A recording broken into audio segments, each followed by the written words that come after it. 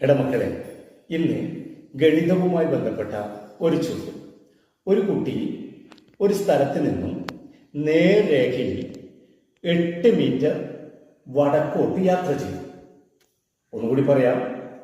ഒരു കുട്ടി ഒരു സ്ഥലത്ത് നിന്നും നേർരേഖയിൽ 8 മീറ്റർ വടക്കോട്ട് യാത്ര ചെയ്തു. അവിടെ നിന്നും 6 മീറ്റർ വലതുവശത്തേക്ക് ആ കുട്ടി യാത്ര ചെയ്തു. ഒന്നുകൂടി പറയാം.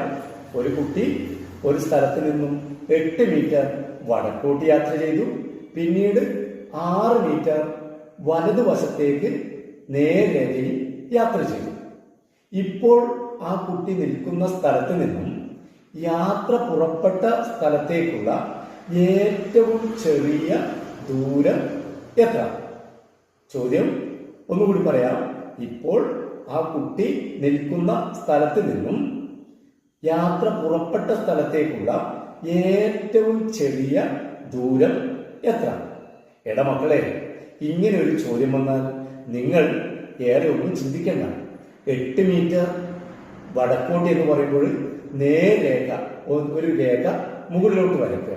പിന്നീട് അവിടെ നിന്നും വലതുവശത്തേക്ക് ഒരു കുഞ്ഞു രേഖ വരയ്ക്കുക. ഒന്ന് 8 മീറ്റർ, മറ്റൊന്ന് 6 മീറ്റർ.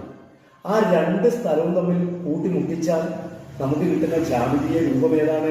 ത്രികോണം, മട്ടത്രികോണം. അപ്പോൾ നമുക്കറിയാം, മട്ടത്രികോണത്തിന്റെ 2 വശങ്ങൾ തന്നിട്ടുണ്ട്. ഒന്ന് 8 മീറ്റർ, മറ്റൊന്ന് 6 മീറ്റർ. മൂന്നാമത്തെ വശം വലിയ വശമാണ്, അത് കർണമാണ്.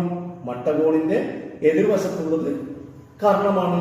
കർണം കിട്ടണമെങ്കിൽ എന്ത് ചെയ്താൽ മതി? ചെറിയ 2 വശങ്ങളുടെയും വർഗങ്ങളുടെ തുക കൂട്ടിയാൽ മതി. അപ്പോൾ 8 സ്ക്വയർ 64, 6 സ്ക്വയർ 36, 64 36 100. 100ന്റെ റൂട്ട് കണ്ടാൽ മതി 10. അപ്പോൾ ഏറ്റവും ചെറിയ ദൂരം 10. മക്കളെ, ഒരു കാര്യം ചിന്തിച്ചാൽ മതി. മട്ടത്രികോണത്തിന്റെ ചെറിയ 2 വശങ്ങളുടെയും വർഗങ്ങളുടെ തുകയുടെ സ്ക്വയർ റൂട്ടാണ് അതിന്റെ ഏറ്റവും വലിയ വശത്തിന്റെ നീളം. ഓക്കെ അല്ലേ? All the best.